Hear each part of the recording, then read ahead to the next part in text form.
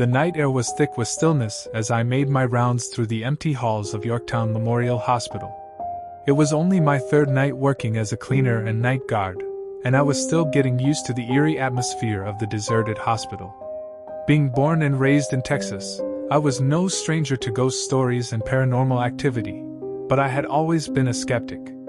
That is, until I started working at Yorktown Memorial. As I made my way through the dimly lit halls, I couldn't shake the feeling of being watched.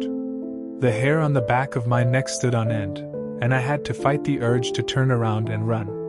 But I reminded myself that I was a grown man, and there was nothing to be afraid of. Just my active imagination playing tricks on me. I finished cleaning the third floor and was about to head down to the second when I heard it. A faint whisper, coming from down the hall. My heart began to race as I cautiously made my way towards the source of the noise. My mind searching for a rational explanation. Maybe it was just the wind or a faulty vent. But as I turned the corner, my blood turned to ice. Standing at the end of the hall was a figure, shrouded in darkness.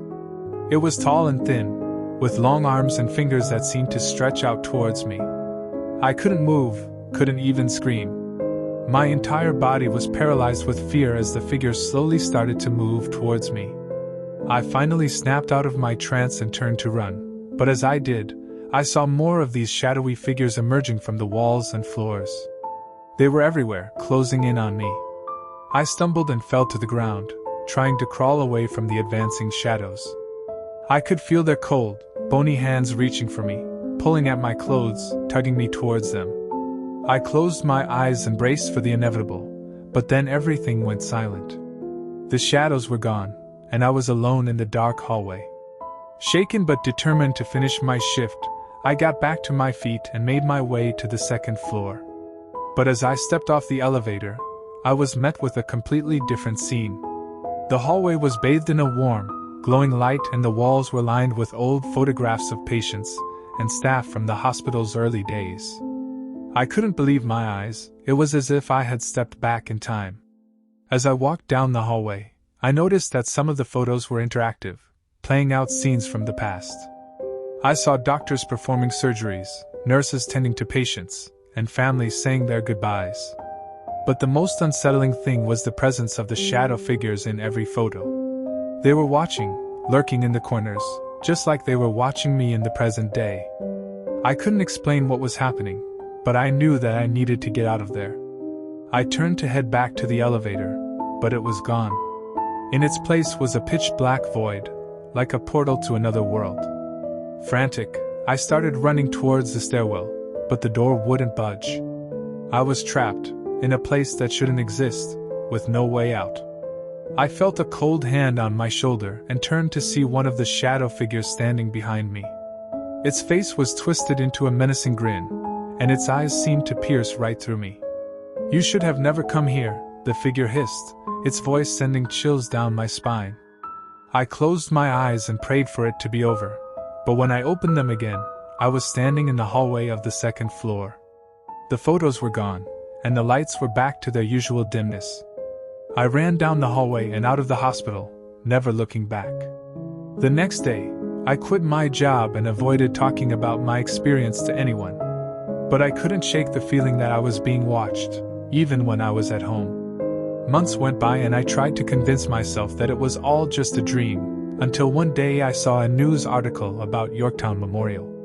The hospital was being shut down due to multiple reports of paranormal activity, with many claiming to have seen shadow figures and experienced unexplainable occurrences.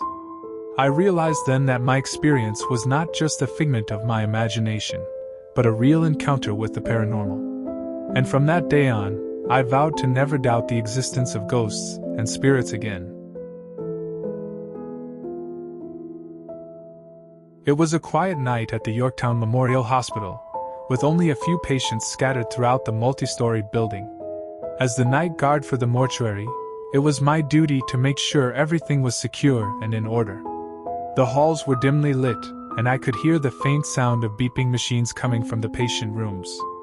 I made my rounds, checking all the doors and windows, and then settled into my chair at the front desk to pass the time.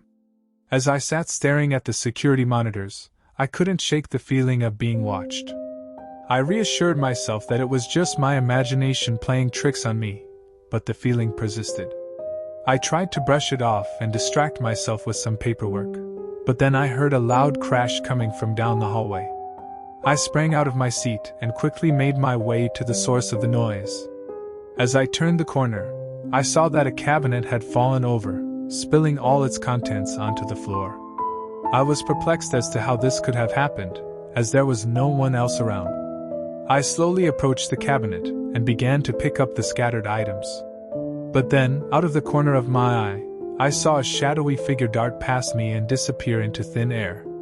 My heart raced as I tried to process what I had just seen. I brushed it off as my mind playing tricks on me and went back to my desk, trying to calm myself down. However, as the night went on, strange things continued to happen. Objects would move on their own, doors would slam shut, and the feeling of being watched only grew stronger. I tried to ignore it and focus on my job, but it was becoming increasingly difficult. I decided to take a break and go for a walk outside to clear my head.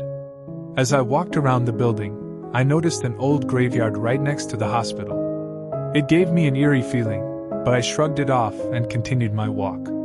But then, as I was passing by a large tree, I felt a chill run down my spine.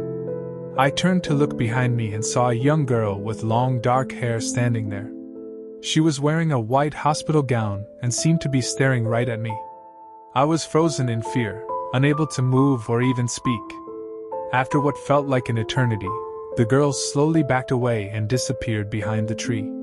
My heart was racing and I couldn't believe what I had just seen. I quickly made my way back inside, trying to rationalize what had happened.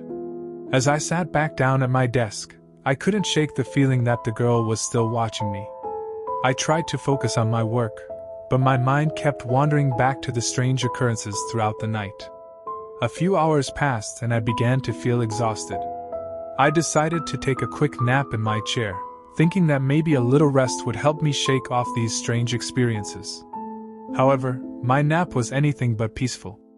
I was plagued with unsettling dreams of the girl in the hospital gown, but this time, she was accompanied by other ghostly figures. They were whispering and reaching out to me, and I couldn't escape their grasp. I woke up in a cold sweat, my heart racing and my body trembling. I knew I needed to get out of there, but I couldn't bring myself to move. Suddenly, I heard a voice whisper my name. I looked around, but there was no one there. The feeling of being watched only intensified and I knew I needed to leave. I gathered my things and rushed out of the building, not looking back. As I made my way to my car, I couldn't shake the feeling that something was following me. I fumbled with my keys and quickly got into my car. I took a deep breath and tried to calm myself down, but then I saw her. The young girl in the white hospital gown was standing right outside my car, staring at me with a haunting gaze. I screamed and backed out of my parking spot, driving away as fast as I could. I never returned to that hospital again. I quit my job the next day and tried to forget about the strange occurrences that took place that night. But the memory of the girl in the hospital gown and the other ghostly figures still haunts me to this day. I later found out that the hospital was built on an old graveyard, which explained the strange and ghostly activity. However, I couldn't shake the feeling that the girl in the white gown was trying to tell me something. Perhaps she was a patient who never got the chance to say goodbye, or maybe she was warning me of the other spirits that roamed the hospital. Whatever the case may be, I will never forget my intense paranormal experience at the Yorktown Memorial Hospital. It taught me to always trust my instincts and to never ignore the signs of the supernatural. I worked as a nurse in the night shift in Yorktown Memorial Hospital. The moon was full and cast an eerie glow on the hospital's white walls, giving the entire building a ghostly appearance. As I made my rounds, checking on my patients, I couldn't shake off the feeling of being watched. It was a typical feeling that I had grown accustomed to during my time working as a night shift nurse. As I entered the room of an elderly patient who was asleep, I heard a faint whisper coming from the corner of the room. My heart raced with fear as I slowly turned my head towards the source of the sound. I could see a shadowy figure standing in the corner, watching me. I blinked my eyes a couple of times, thinking it was just my imagination playing tricks on me. But as I focused my gaze, I could see the figure was still there. I slowly backed away from the room, my heart pounding in my chest. I had heard rumors of strange occurrences happening at the hospital at night, but I always brushed them off as mere superstitions. However, this time, there was no denying that something was not right. I decided to continue my rounds, hoping that the encounter with the mysterious figure was just a one-time incident. However, as the night went on, strange things kept happening. Lights flickered on and off in different rooms, and I could hear footsteps in the empty hallways. I couldn't shake off the feeling that I was being followed wherever I went. As the clock struck midnight, I received a call from the night guard, informing me that he was not feeling well and could not continue his shift. He asked if I could cover the rest of his shift until the morning guard arrived. I reluctantly agreed, not wanting to leave the hospital unattended. Little did I know, this decision would lead me down a terrifying path. As I started my patrol around the hospital, I noticed that the usual silence was now replaced by faint whispers and ghostly moans. It felt like the hospital was alive with some unexplainable energy. I had a constant feeling of being watched and followed, but every time I turned to see, there was no one there. I decided to take a break and sat down at the nurse's station to complete some paperwork. Just as I was about to finish, I heard a loud scream coming from one of the rooms. I quickly got up and ran towards the source of the sound. As I reached the room, I found one of my patients, Mrs. Thompson, sitting up in her bed, screaming bloody murder. I tried to calm her down and asked her what happened, but she was hysterical, crying and saying that a dark figure was trying to suffocate her. I inspected the room but found no one there. I reassured Mrs. Thompson that there was no one in the room, but she refused to believe me. She was adamant that something evil was lurking in her room and begged me to move her to a different room. I didn't know what to make of Mrs. Thompson's claims, but I couldn't ignore her distressed state. I moved her to a different room and stayed with her until she fell back asleep. I couldn't shake off the feeling that something was off about that particular room, but I didn't want to entertain such thoughts and continued with my rounds. However, as the night went on, more strange occurrences took place. Doors would slam shut on their own, objects moved by themselves, and I even heard a child's laughter coming from the abandoned pediatric ward. I knew I had to do something about it, so I frantically searched for the hospital's owner on duty, but he was nowhere to be found. Feeling hopeless and scared, I decided to take matters into my own hands. I remembered that the hospital had a chapel, and I thought that perhaps praying would calm my nerves and bring some peace to the restless spirits in the hospital. I made my way to the chapel, and as soon as I entered, I felt a strong force pushing me back. I could feel the presence of something dark and malevolent in the chapel. I quickly turned around and ran out of the chapel, not wanting to push my luck any further. I sat down at the nurse's station, feeling drained and exhausted. But my peace was short-lived as I heard a loud scream coming from the same room where Mrs. Thompson had been admitted earlier. I rushed to the room, and as I opened the door, I was met with a horrific scene. Mrs. Thompson's body was levitating in midair, and she seemed to be choking on an invisible force. I couldn't believe my eyes, and before I could react, Mrs. Thompson's body dropped back onto her bed, lifeless. I was paralyzed with fear and couldn't move a muscle. But then, something unexpected happened. I saw the dark figure that I had encountered earlier in the room. It was a woman with long, black hair covering her face, wearing a white hospital gown, and had a syringe in her hand. I realized that she was the ghost of a former nurse at the hospital who had committed suicide after being falsely accused of harming some of her patients. Her spirit had been trapped in the hospital, and she was now seeking revenge on anyone who crossed her path. With Mrs. Thompson's death, I knew that I was the next target. But I couldn't let that happen. I quickly remembered that I had a container of holy water in my bag that I always kept with me for protection. I took out the holy water and splashed it on the ghostly figure, causing her to let out a blood-curdling scream and disappear into thin air. I immediately called for help and tried to explain what had happened, but no one believed me. Mrs. Thompson's death was ruled as a natural cause, and I was deemed crazy for my story about the vengeful nurse ghost. But deep down, I knew what I had experienced that night was real. From that night on, I never volunteered for the night shift at Yorktown Memorial Hospital again. I couldn't shake off the memories of that terrifying night, and I couldn't risk encountering the vengeful ghost again.